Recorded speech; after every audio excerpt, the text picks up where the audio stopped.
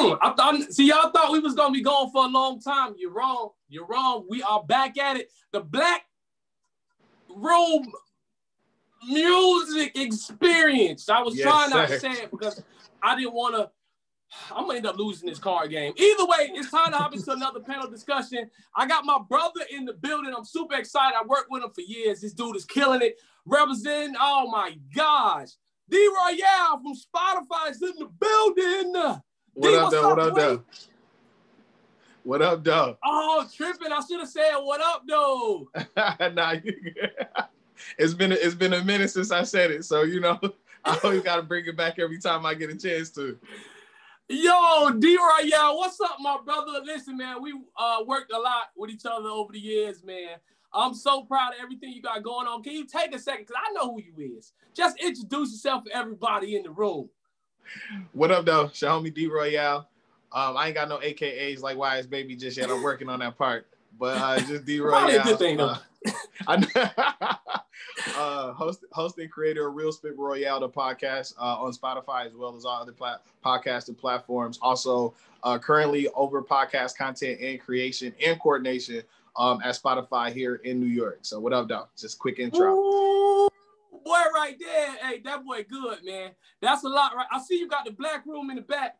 Hold on. I see your box. Yeah, I got mine open. I got to flip that down for that D.Royale on the top. It look good, though. It look good. It look good as hell. I ain't gonna lie to you. It look good as hell. Yo, you been podcasting your butt off, man. You doing your thing. Major key, man, because I know a lot of people want a podcast. Like, I really want to kick my podcast off and have it super lit. And, you know, the goal of it is to make some coins, secure the bag from the podcast, right? In fact, How in the world can I kick, or just people that want to start a podcast, like make some money off the podcast instead of just like, oh, it's up there, but it ain't really making no money. How can you make money off your podcast?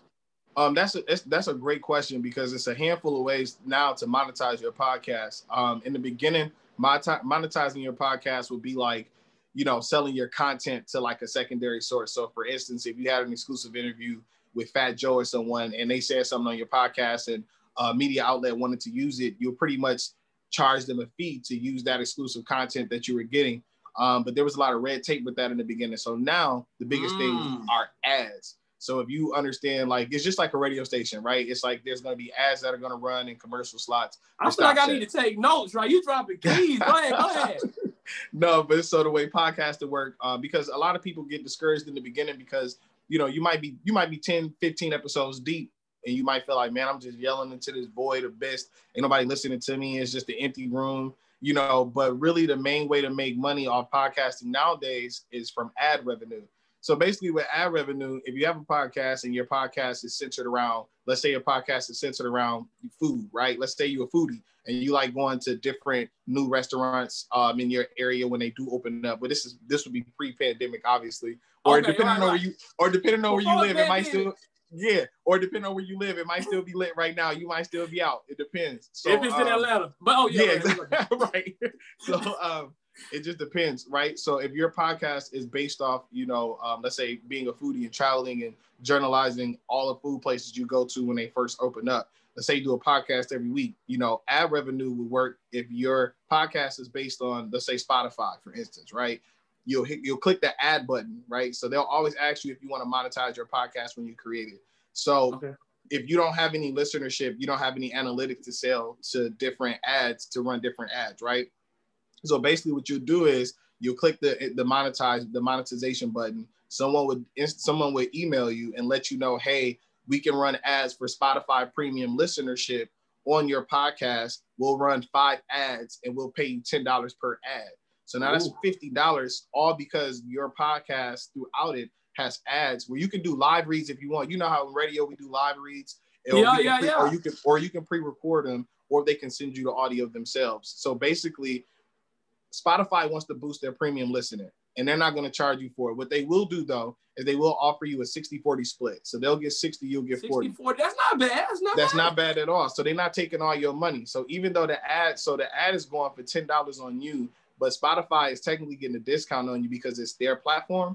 So basically what happens is, but here's the slick part. they'll put it on yours. But if your podcast is featured on other platforms, that Spotify premium package ad for the app will run, like say if you're on SoundCloud, say if you're on Apple, it's going to run on those as well, as Spotify is your home base. Yo, right? That expands your... So it expands it. So basically what that does is not only do you make, let's say you negotiate $10 an ad, right? In the beginning, let's say you 5 or 6 episodes deep, you're negotiating, $5, $10 an ad. They run that ad 5 or 10 times, depending on how many every time you allow them to.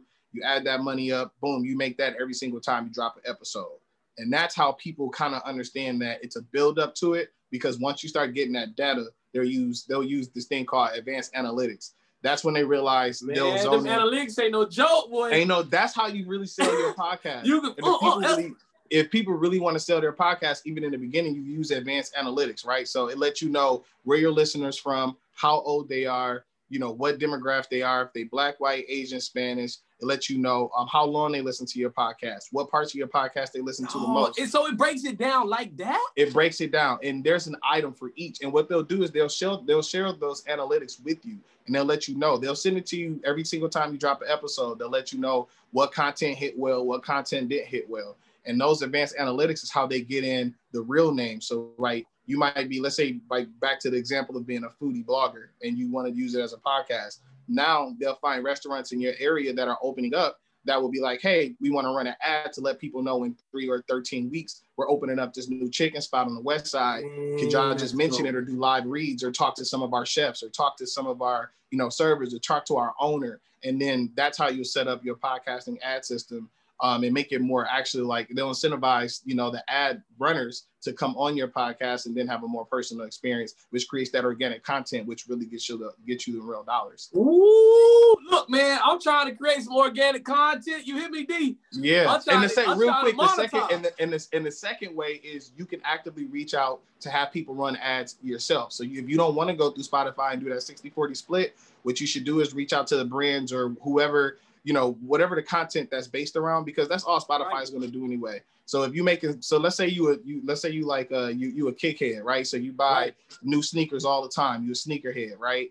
And let's say you just landed them new. You bring it home. This hitting home for me. Exactly. So let's say you just got them new Carolina ones off of what's that thing that everybody ordered the shoes off of? They go big. Oh, Kicks on Fire. It's a lot of Kicks on Fire, right? So because I see a lot of people tweeting about how they was in the line for it, they bid it for it, they got kicked out. Oh, camping out. So let's say that's what your podcast is about, that organic experience of being a sneakerhead today and how tough it is.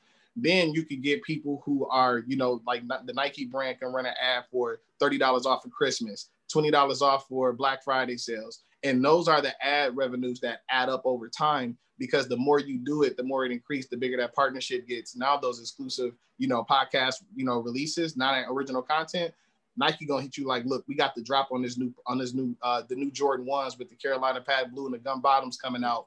You get to say it's coming out on this date, and that's how you still get them organic dollars plus the ad read dollars. And you can do that on your own by just reaching out to their marketing departments and emailing people too.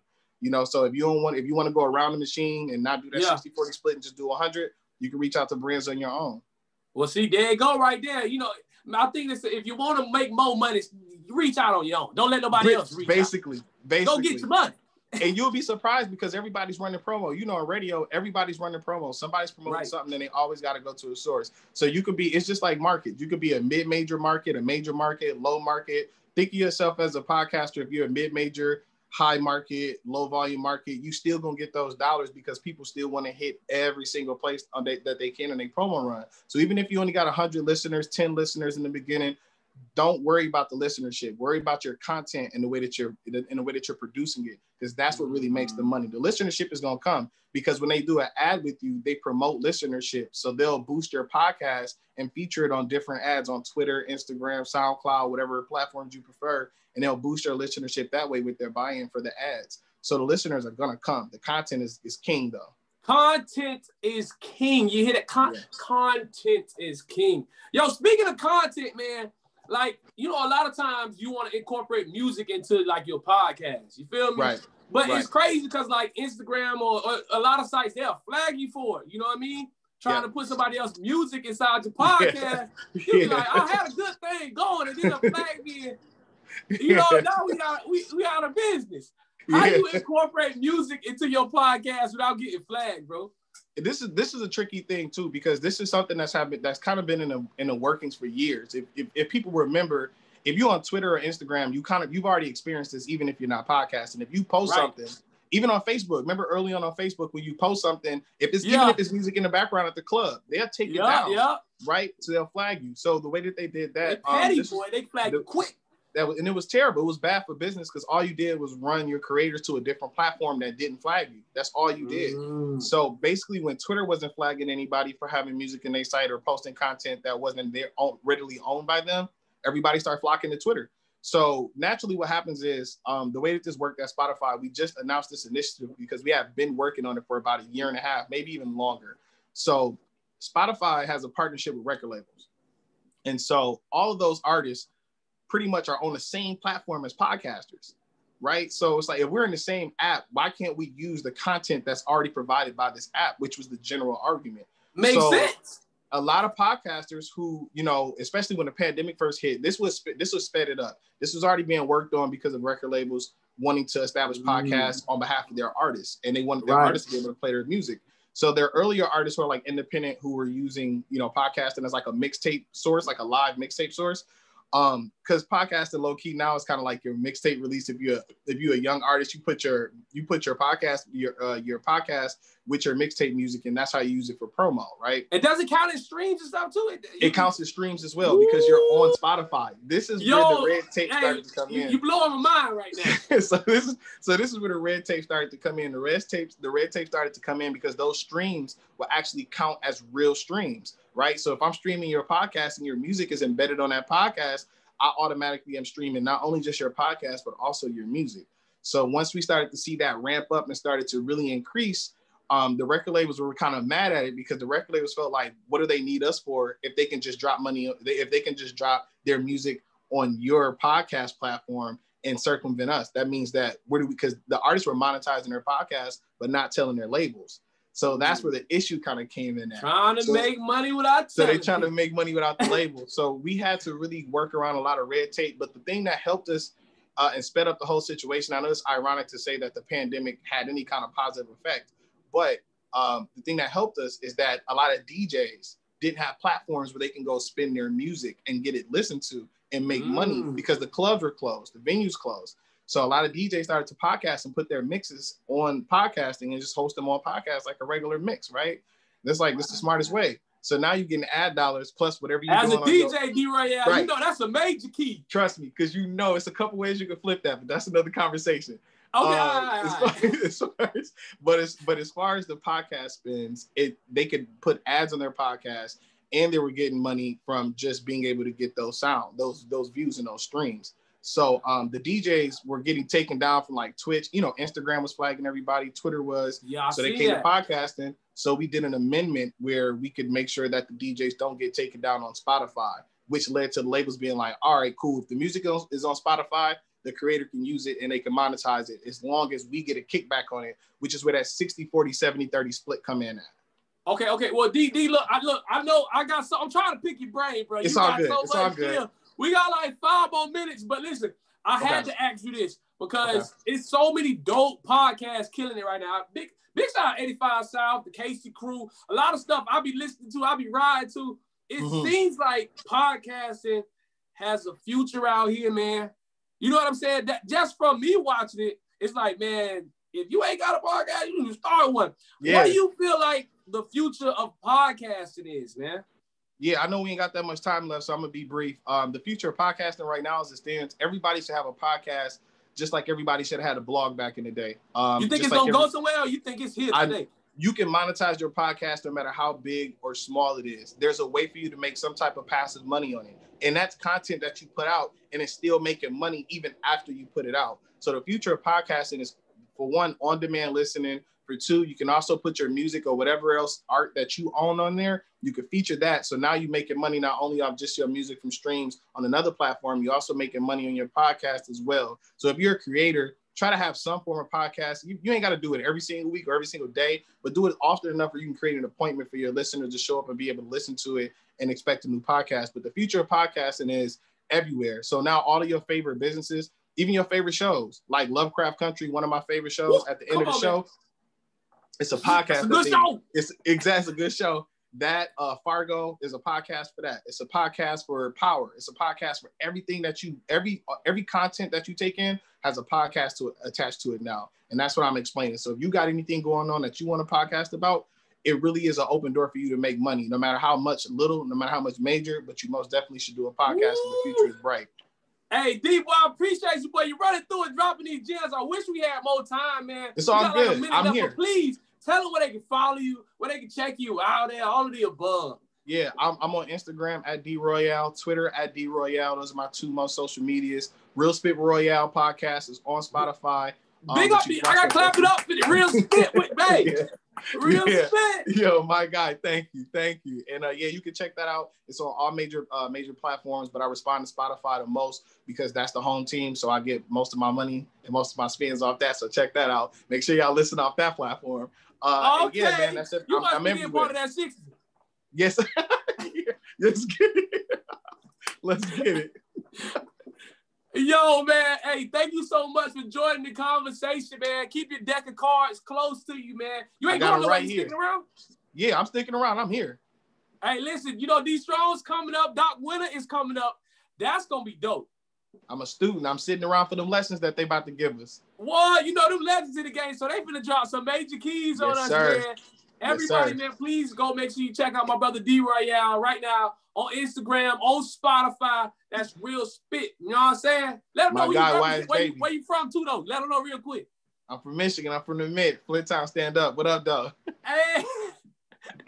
Hey, my brother, I appreciate you once again. Thank you for joining us. Thank you too, YSBaby. Appreciate you. Keep doing your thing out there, family.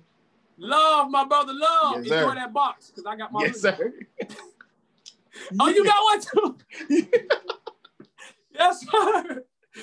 All right, man. We about to have a 10-minute break and a ham in the booth session. Somebody is about to go ham in the booth right now. He goes by the name of King Chino. Now, I love to see these independent artists go hard, baby. And here we are, ready to go ham in the booth. And after this, we're going to have a quick 10-minute break. So without any further ado, ladies and gentlemen, drum roll. Give it up for King Chino going ham